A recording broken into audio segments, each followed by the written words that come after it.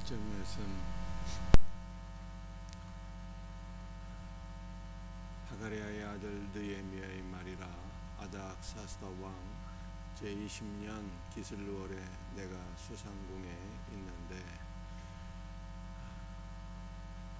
바벨론에 의해서 남유다가 멸망하고 1차, 2차, 3차에서 포로로 끌려가게 되는데, 포로 귀환도 1차, 2차, 3차에 의해서 이루어지게 됩니다. 주전 537년 수룹바벨을 중심으로 1차 포로 귀환이 이루어지게 되죠. 그래서 1차로 돌아간 사람들이 예루살렘에 두 번째 성전을 세우게 됩니다. 이 두 번째 성전의 이름이 1차 포로 귀환의 리더였던 수룹바벨의 이름을 따서 수룹바벨 성전이 되는 것입니다. 2차 포로 귀환은 주전 458년에 이루어지게 되는데, 에스라를 중심으로 2차 포로 귀환이 이루어진 것이죠. 이때 리더가 에스라였어요. 에스라는 예루살렘으로 돌아가서 이스라엘 백성들의 영적 회복을 이루게 됩니다. 이 당시 종교 지도자들과 나라의 지도자들이 어떠한 죄에 빠져 있었습니까? 이방인들과 더불어 통혼하고, 그러므로 우상을 숭배하는 일에 앞잡이들이 되어 있었는데, 에스라가 이렇게 타락한 이스라엘 백성들을 영적으로 갱신시키는, 회복시키는 그러한 사역의 쓰임을 받게 되는 것입니다. 3차 포로 귀환은 주전 444년에 이루어지게 되는데, 느헤미야를 중심으로 3차 포로 귀환이 이루어지게 됩니다. 이때 리더가 느헤미야였는데, 느헤미야의 사역은 무엇이었을까요? 예루살렘 성전은 세워져 있었는데 성벽이 건축되지 못하므로 얼마든지 이스라엘의 원수들이 예루살렘에 침략해서 약탈을 자행할 수 있는 상황이었어요. 따라서 이 느헤미야를 중심으로 돌아간 유대인들은 예루살렘 성벽을 세워서 예루살렘 성을 안전히 지키고 보호하는 역할을 감당하게 되는 것입니다. 여러분들, 느헤미야는 어떤 사람이었습니까? 왕의 술관원이었다라고 말씀하고 있어요.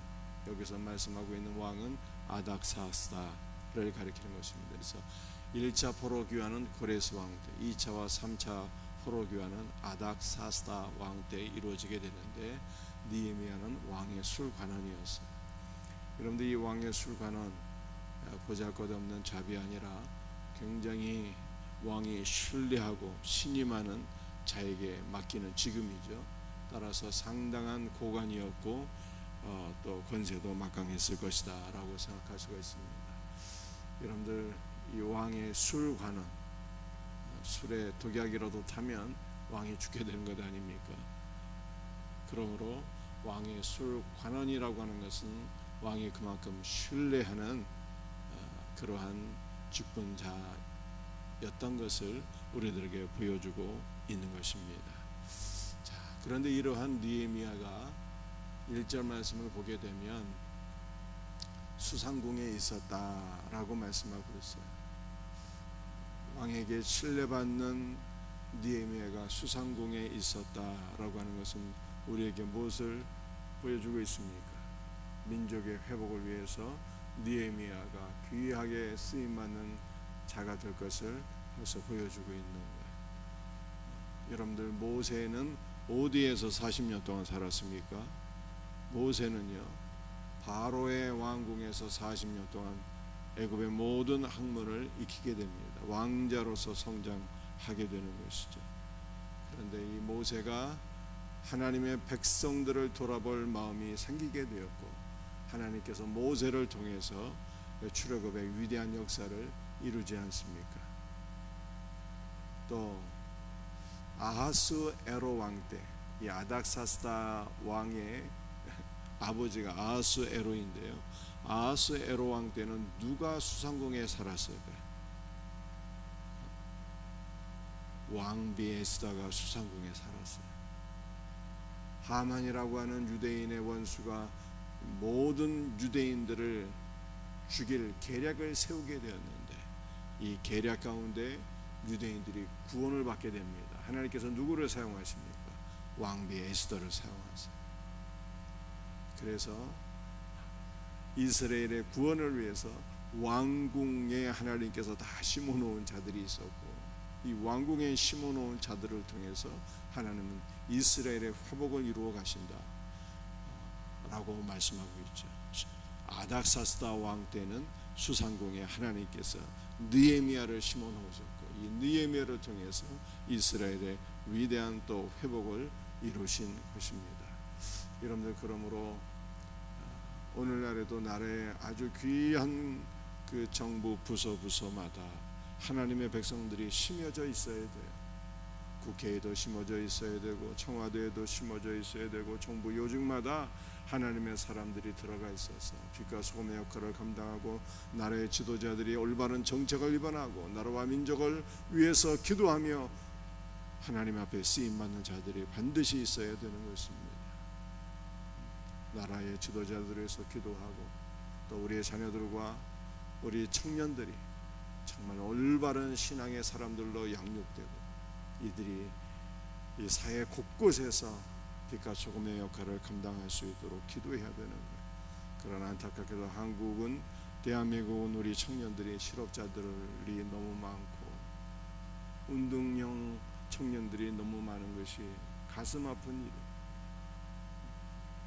우리의 자녀들과 대한민국의 청년들이 온전한 믿음의 사람으로 세워지고 사회 각곳으로 스며들어가서 하나님 앞에 쓰임받는 은혜가 있도록 우리가 기도해야 될 줄로 믿습니다. 2절 말씀이, 내 형제들 가운데 하나인 하나니가 두어 사람과 함께 유다에서 내게 이르렀기로, 내가 그 사로잡힘을 면하고 남아있는 유다와 예루살렘 사람들의 형편을 물은 주.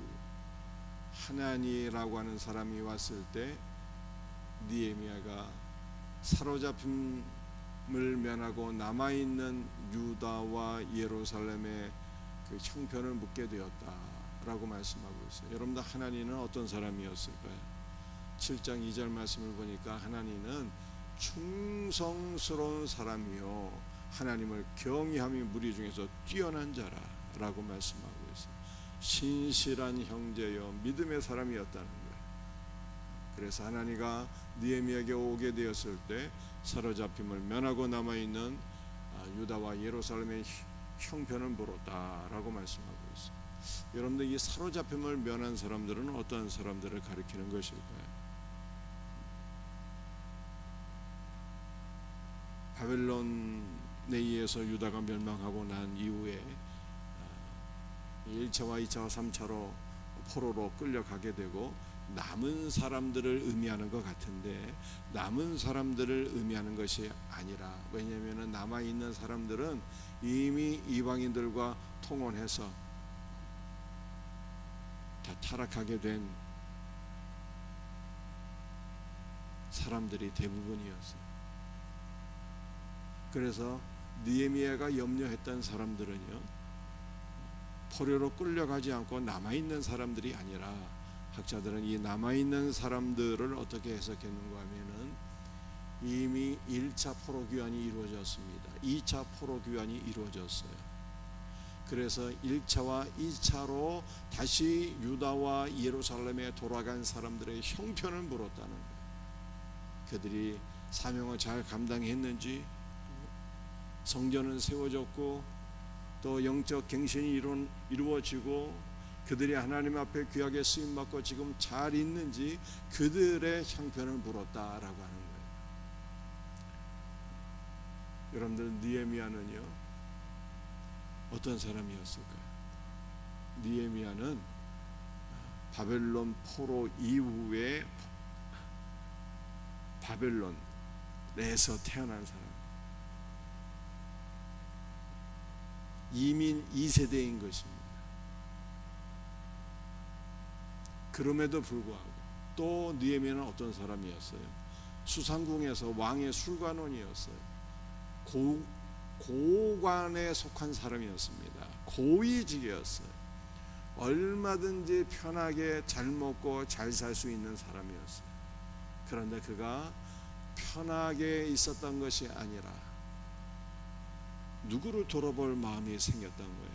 모세가 장성해서 이스라엘 백성들을 돌아볼 마음이 생겼던 것처럼 느헤미야도 자신의 동족을 잊지 않았고 고난받는 이스라엘 백성들, 그리고 1차와 2차로 다시 예루살렘에 돌아간 자들의 형편을 묻고 그들에게 이 마음이 가 있었다는 거예요. 여러분들, 우리도 어떻게 살아야 되는 것입니까?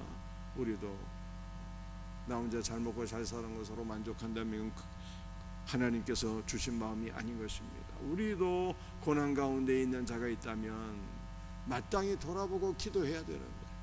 또 우리가 돌아보아야 될 사람들이 누구입니까? 전도 대상자.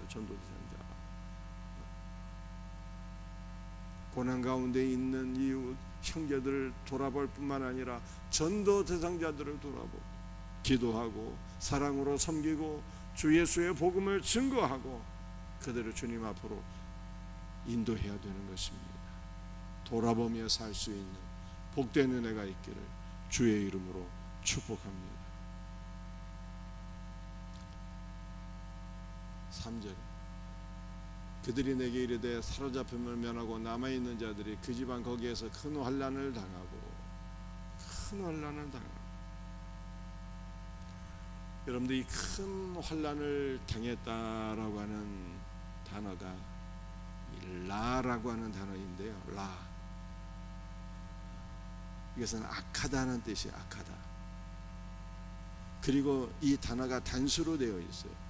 이건 무슨 뜻인가 하면 큰 환난을 당하고, 이게 무슨 뜻인가 하면은 악한 마귀의 강력한 방해가 있었다는 거예요. 여러분들, 성전을 세우는 일에 또 영적 갱신과 회복을 이루는 일에 악한 마귀의 강력한 방해가 있었다는 거예요. 여러분들, 오늘날에도 뭘 하려고 하면은 마귀의 역사가 강력할 거예요. 특별 새벽기도, 하나님 앞에 기도하려고 하며, 또 전도 집회, 복음을 증거하려고 하면 악한 마귀의 강력한 방해가 있을 수가 있어요.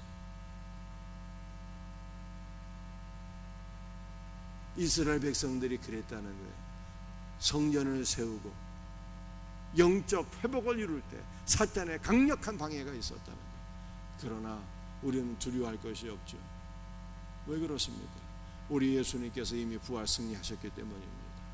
사탄의 강력한 방해 역사보다 성령께서 베풀어 주시는 은혜와 능력이 더욱더 강력하기 때문입니다.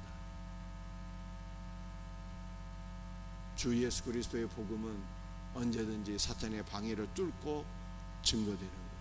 주 예수 그리스도의 복음은 언제든지 고난을 통해서 증거되는 것입니다. 그러므로 사탄의 강력한 방해가 있을 때 성령께서 더 큰 역사로, 더 큰 은혜로 우리와 함께 하실 것을 믿고 담대한 마음으로 기도하셔야 되는 거예요. 능력을 받으며 많은 사람들이 비웃고 조롱하고 그랬다는 거예요. 여러분도 오늘날에도 많은 사람들이 예수 믿고 구원받으라 복음을 증거하면 비웃고 조롱하잖아요. 너나 구원받으라. 속으로 이 개독교인들아 라고 하면서 비웃는 사람들이 얼마나 많이 있습니까?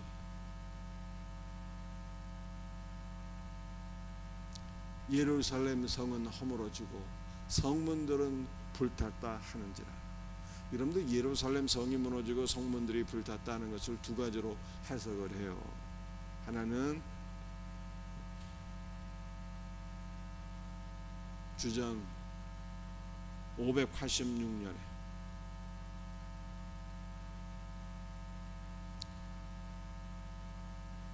바벨론에 의해서 예루살렘 성전이 무너지고 회파된 사건을 가리킨다.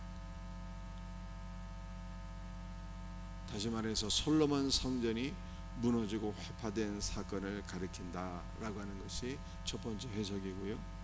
두 번째 해석은 고레스에 의해서 칙령이 선포되지 않습니까? 고레스에 의한 칙령은 무엇이었습니까? 그것은 두 번째 성전이 세워지는 것이었어요. 그 두 번째 성전을 세우는데 기초를 닦고 성전의 기초를 세우고 그 다음에 성전을 건축하는 과정에 있어서 원수들의 모함이 있어서 캄비세스 2세에 성전 건축이 중단돼 버려요. 두 번째 성전이 세워지다가 중단된 사건을 가리킨다. 이 두 가지 해석이 있는 거예요. 이 성이 허물어지고 성문들이 불탔다라고 하는 것이 첫 번째는 바벨론에 의해서 솔로몬 성전이 무너진 것, 두 번째는 고레스 왕에 의해서 두 번째 성전이 세워지다가 중단된 사건, 원수들의 모함으로 중단된 사건을 가리킨다. 어떤 가능성이 더 있을까요? 이 문맥으로 보게 되면은 첫 번째 예루살렘 성전이 무너진 것을 의미하는 것 같은데, 오히려 학자들은요 두 번째 성전이 세워지다가 중단된 것을 가리킨다, 이렇게 해석을 합니다. 자, 그런데 우리가 여기서 중요한 것은 뭐가 중요한 것일까요? 성이 허물어졌을 뿐만 아니라 성문들이 다 불탔다, 이렇게 말씀하고 있잖아요. 여러분들, 성문들이 불탔다라고 하는 것은요, 성벽이 허물어지고 성문이 다 없어졌다. 그래서 예루살렘을 보호하는 보호막이 없어졌다라고 하는 뜻입니다. 그래서 이 민족에 의해서 군사적으로 침략을 당할 수 있는 그러한 상황이 됐다는 거예요. 성벽과 성문이 있어야 예루살렘 성이 보호되는데 그 울타리가 없어졌다는 뜻입니다. 이 성문들이 불탔다는 것이. 그런데 여기서 단순히 군사적으로 이 예루살렘을 보호할 수 있는 울타리가 없어졌다라고 하는 뜻만이 아니라 영적으로 예루살렘이 원수들에 의해서 노출되어서 영적으로도 매우 연약하고 불안정한 상태에 있다, 그러한 것을 의미하는. 그러므로 이 느헤미야가 이 소식을 듣고 귀환하게 되는 것이. 느헤미야가 이 소식을 듣고 귀환해서 뭐를 세우게 됩니까? 성벽을 세우게 돼요. 그러므로 이 1장 3절에서 이 성과 예루살렘이 불탔다라고 하는 것은요, 두 번째 해석을 가리키는 거예요. 두 번째 해석이 뭐라고요? 고레스에 의해서 두 번째 성전이 세워지다가 중단된 사건.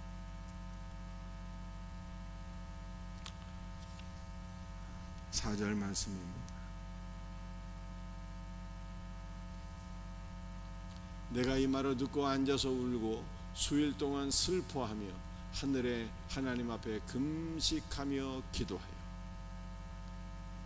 여러분들, 느헤미야는 예루살렘 성과 성문이 불탔다라고 하는 소식을 듣고 어떻게 했어요? 수일 동안 슬퍼했어요. 수일 동안.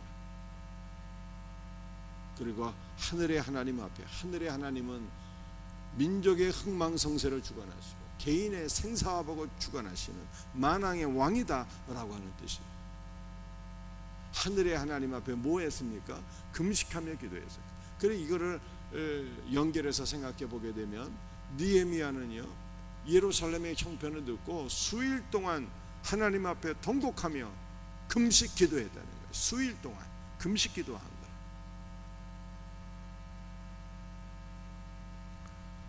여러분들, 이 느헤미야의 직업이 뭐라고 말씀드렸습니까? 수상궁의 고위직이었어요. 왕의 술관원이었습니다. 한시도 자리를 비울 수 없는 중요한 직분이었어요. 그런데 수일 동안 슬퍼하면서 금식 기도했다는 것이 가능한 일입니까? 가능하지 않아요. 이 일이 이루어지려면 왕에게 특별 허락을 받아야 되는 거예요. 휴가를, 특별 휴가를 신청해야지 수일 동안 금식 기도할 수 있는 거예요. 그래서 느헤미야는 기도하기 위하여 특별 휴가를 신청해서 하나님 앞에 수일 동안 금식 기도했다는 거예요. 여러분들, 한국교회가 부흥할 때는 어떤 모습이었을까요?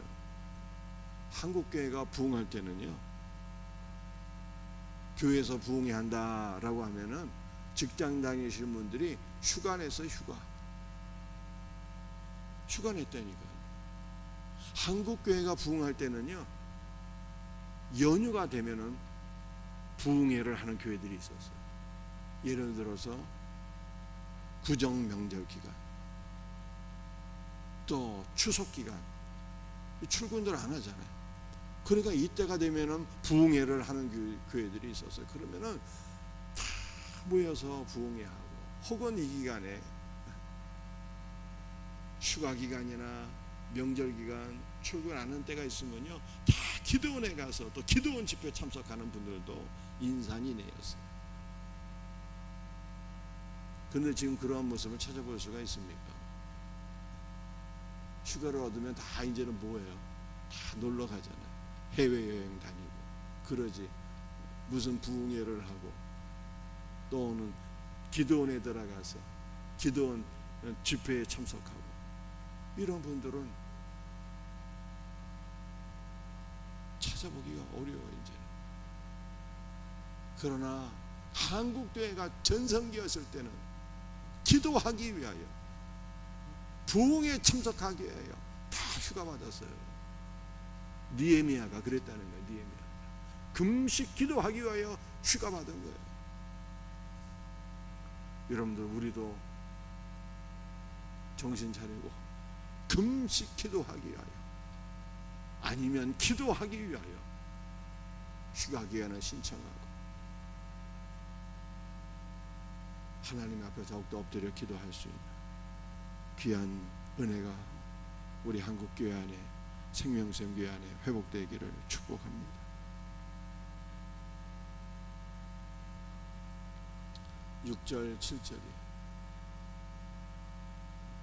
이제 종이 주의 종들인 이스라엘 자손을 위하여 주야로 기도하며 우리 이스라엘 자손이 주께 범죄한 죄들을 자복하오니 주는 귀를 기울이시며 눈을 여시사 종의 기도를 들으시옵소서. 나와 내 아버지 집이 범죄하여 주를 향하여 크게 악을 행하여 주께서 주의 종 모세에게 명령하신 계명과 율례와 규례를 지키지 아니하였나이다. 느헤미야는요, 자신의 죄가 아니라 민족의 죄를 하나님 앞에 통해 자복했어요. 그런데 느헤미야가 고백한 이스라엘의 죄가 무엇입니까? 모세를 통하여 주신 계명과 율례와 규례를 지키지 않았다는 거예요. 한마디로 말해서 하나님의 말씀을 지키지 않았다는 것입니다. 여러분들, 지키지 않았다는 것이 무슨 뜻일까요? 지키지 않았다.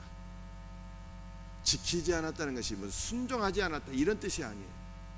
지키지 않았다는 것이 주님의 말씀을 사랑해서 마음속에 지키고 보존하고 간직하고 기피해야 되는데 이 말씀을 버렸다는 뜻이에요.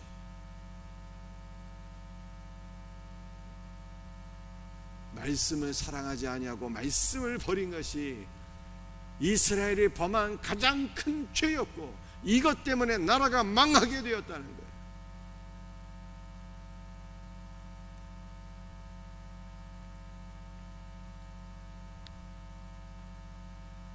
여러분들, 말씀이 무엇입니까? 말씀이 바로 그리스도를 가리킵니다. 그러므로 우리의 가장 큰 죄는 주 예수 그리스도를 불신하고 그를 사랑하지 아니하고 그를 가볍게 여기고 그를 버린 것이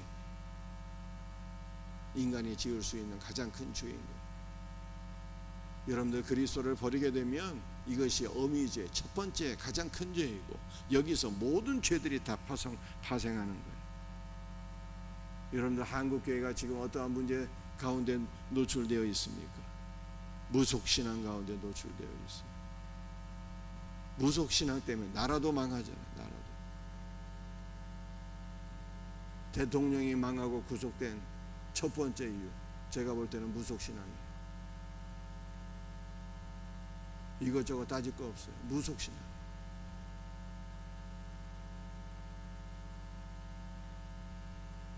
나라가 망하고 개인이 망할 수 있는 죄인 거예요.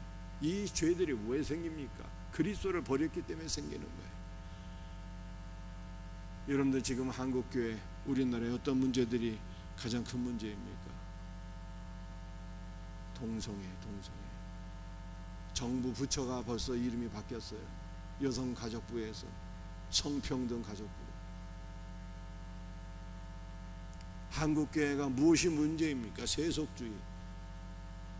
주 예수 그리스도를 사랑하는 것이 아니라 돈 사랑하는 것이 더 큰 문제입니다. 왜 세상을 사랑합니까? 그리스도를 버렸기 때문에 사랑하는 거예요.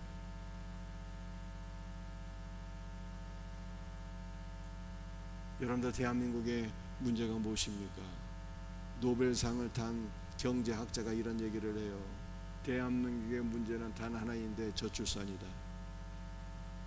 여러분들 대한민국은 세계적으로 제조 강국, 문화 강국, 제조업의 강력한 강자. 미국도 함부로 할 수 없는 그러한 강력한 나라가 되었어요. 반도체도, 자동차도, 배터리도.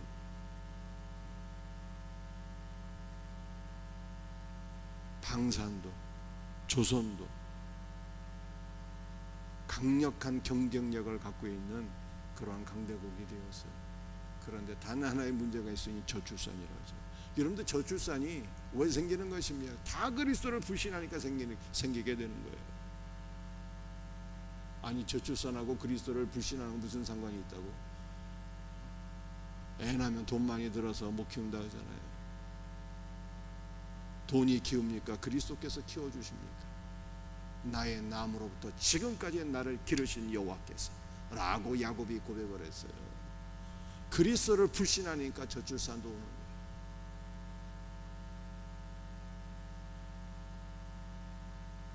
여러분들 살 길은 무엇일까요? 살 길은 그리스도의 말씀을 버려서 나라가 망했다는 거예요. 그렇다면 살 길은 무엇입니까? 마지막 성경 구절에 1장 9절 말씀을 같이 읽겠습니다. 시작. 만일 내게로 돌아와 내 계명을 지키면 너희 쫓긴 자가 하늘 끝에 있을지라도 내가 거기서부터 그들을 모아 내 이름을 두라고 택한 곳에 돌아오게 하리라. 아멘. 돌아와야 돼. 말씀을 버린 자들이 말씀으로 돌아와야 돼. 말씀으로. 야곱이 돌아가잖아요. 세겜성에서 자신의 딸 디나가 강간을 당하고 자신의 두 아들이 세겜성 사람들을 잔혹하게 살육하는 그 비참한 현실 앞에서 야곱이 정신을 번쩍 차리고 돌아간다고. 어디로 돌아갑니까? 베들로 돌아가잖아요. 베들이 어디예요? 하나님의 집으로 돌아간다고. 말씀 앞으로 돌아가는 거예요. 주 예수께로 돌아가는 거예요. 돌아가야 사는 거예요. 말씀을 버린 죄에서 말씀 앞으로 다시 돌아가야 돼요. 말씀이신 그리스도를 다시 붙잡고 그를 사랑하고 그를 신뢰하고 예수 그리스도 안에서 살아가야 되는 거예요. 말씀 안에서 살아가야 되는 거예요. 여러분들 말씀을 사랑하고 주님의 말씀을 묵상하고 말씀을 붙잡고 말씀 안에 거하게 될 때 말씀이 우리의 삶을 변화시키고 말씀이 우리의 삶을 회복시켜 주시는 거예요. 다시 말씀 앞으로 돌아갈 수 있는 복된 은혜가 있기를 주 예수의 이름으로 축복합니다. 이것이 개인이 살 길이고 민족의 살 길이다 라고 성경이 말씀하고 있습니다. 기도하시겠습니다. 아버지 하나님 감사합니다. 오늘도 주신 말씀을 붙잡고 간절히 기도합니다. 느헤미야가 수상궁에서 얼마든지 잘 먹고 잘 살 수 있었지만 그는 이스라엘 백성들을 돌아볼 마음이 생기게 되었고 이스라엘의 죄를 위하여 수일 동안 금식 기도하며 통에 자복하게 되었습니다.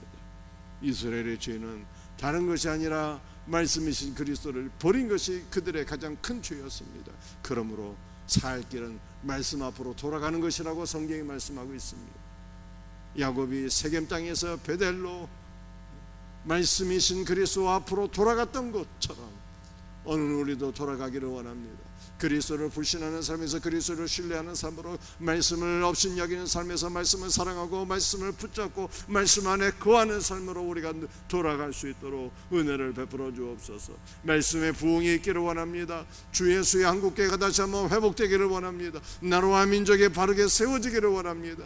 주여, 한국교회 안에 있는 무속신앙, 세속주의, 저출산, 이와 같은 모든 문제들이 회복되기를 원합니다. 주여 도와 주시옵소서. 간절히 기도하오며 거룩하신 예수님의 이름 받들어 기도드리옵나이다.